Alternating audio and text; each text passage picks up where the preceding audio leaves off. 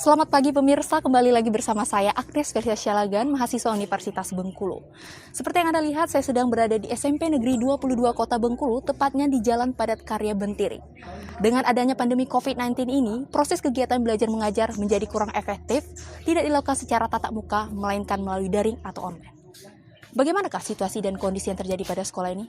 Mari kita lihat. Baiklah pemirsa, seperti yang Anda lihat, saya sedang bersama salah satu narasumber kita yang mengajar di SMP Negeri 22 ini. Baik, dengan Ibu siapa? Bu Tati Satrihayani, saya mengajar IPA di SMP 22 ini. Baiklah Bu, dengan adanya pandemi COVID-19 ini kan proses kegiatan belajar mengajar kan menjadi kurang efektif. Nah, bagaimana pandangan Ibu terhadap hal tersebut?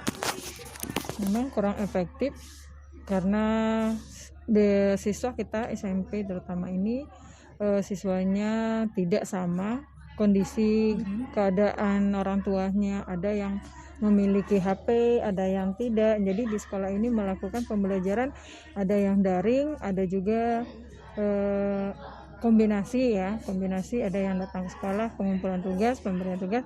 Tetapi kebetulan Ibu di sini ngajar IPA menggunakan aplikasi Classroom, ya. Karena di Classroom ini agak efektif. Anak-anak alhamdulillah sudah masuk, banyak yang kelas 8 sudah masuk grup Classroom semua.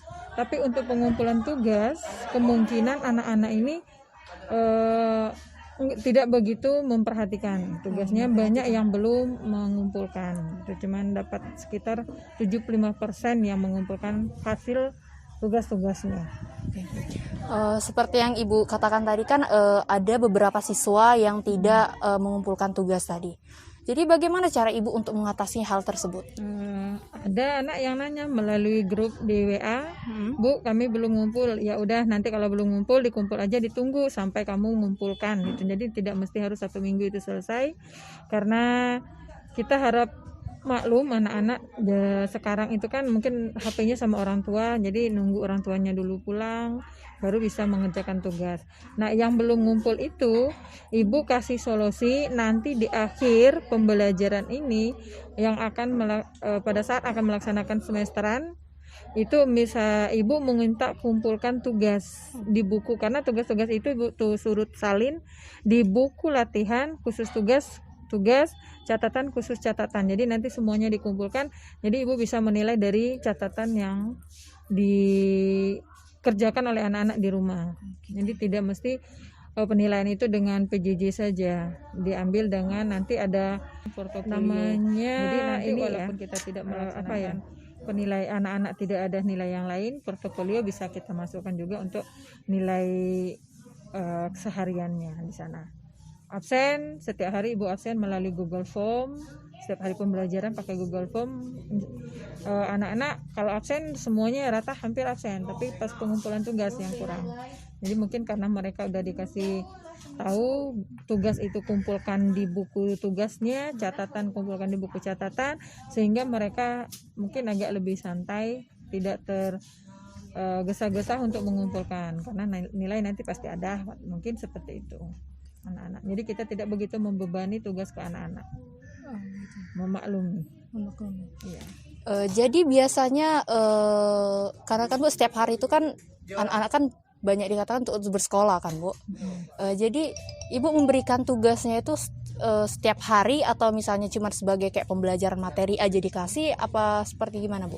Kita udah dikasih jadwal. Kebetulan pelajaran IPA itu di hari Kamis, ya, di hari Kamis. Jadi hari Rabu itu Ibu udah mempersiapkan pembelajaran untuk hari Kamis yang akan diberikan kepada anak. Absen udah disiapkan, video-video yang akan Ibu share ke anak-anak sudah Ibu siapkan. Jadi pagi-pagi itu WA, malamnya udah dikasih tahu sama anak-anak, besok siap-siap ya, kita belajar pelajaran IPA dimulai dari jam 7:30 gitu kan. Jadi 7:30 silakan buka, kita belajar seperti sekolah. Jadi 7:30 udah mulai. Jadi mereka udah 7:30 udah buka HP, udah mulai absen. Ibu absennya Ibu sapa dengan WA dulu anak-anak itu. Jadi nanti mereka udah ngisi absen, baru nanti di Google Form pembelajaran Ibu kirim di Google Form di Classroom. Jadi mereka ngerjakan di Classroom. Baik Bu. Jadi apa harapan Ibu untuk kedepannya agar proses kegiatan belajar ini dapat dilakukan secara tatap muka lagi, nggak melalui daring? Karena melalui daring ini kan Bu banyak ya keluhan-keluhan dari siswa maupun dari orang tua. Jadi apa harapan Ibu untuk kedepannya? Harapannya sekolah, pemerintah hendaknya memfasilitasi lah sekolah, karena kondisi mudah-mudahan ya kita kalau mengikuti protokol kesehatan mudah-mudahan tidak akan terjadi hal-hal yang tidak kita inginkan ya. Anak-anak kita suruh kursinya suruh jaga jarak, udah tuh anak-anak juga disuruh pakai masker, di depan kelasnya disediain juga tempat cuci tangan, jadi anak-anak disarankan cuci tangan. Jadi insya Allah mudah-mudahan kedepannya ya namanya kesehatan itu pasti kita jaga terus untuk kita sendiri, anak-anak bisa sekolah kembali dengan bantuan ya dari pemerintah lah, diajukan bagaimana caranya kalau sekolah-sekolah seperti SMP kita ini kan bantuan-bantuan ya dana belum begitu memadai karena sekolahnya agak terpencil ya, orang-orang tuanya juga tidak begitu mampu ya. Jadi harap maklum, kalau harapannya kita anak-anak juga harapannya minta. Baik Bu, terima kasih atas waktunya. Itulah tadi salah satu penjelasan dari narasumber kita proses kegiatan belajar mengajar secara online. Saya Agnes Felicia Syalagan, terima kasih dan sampai jumpa.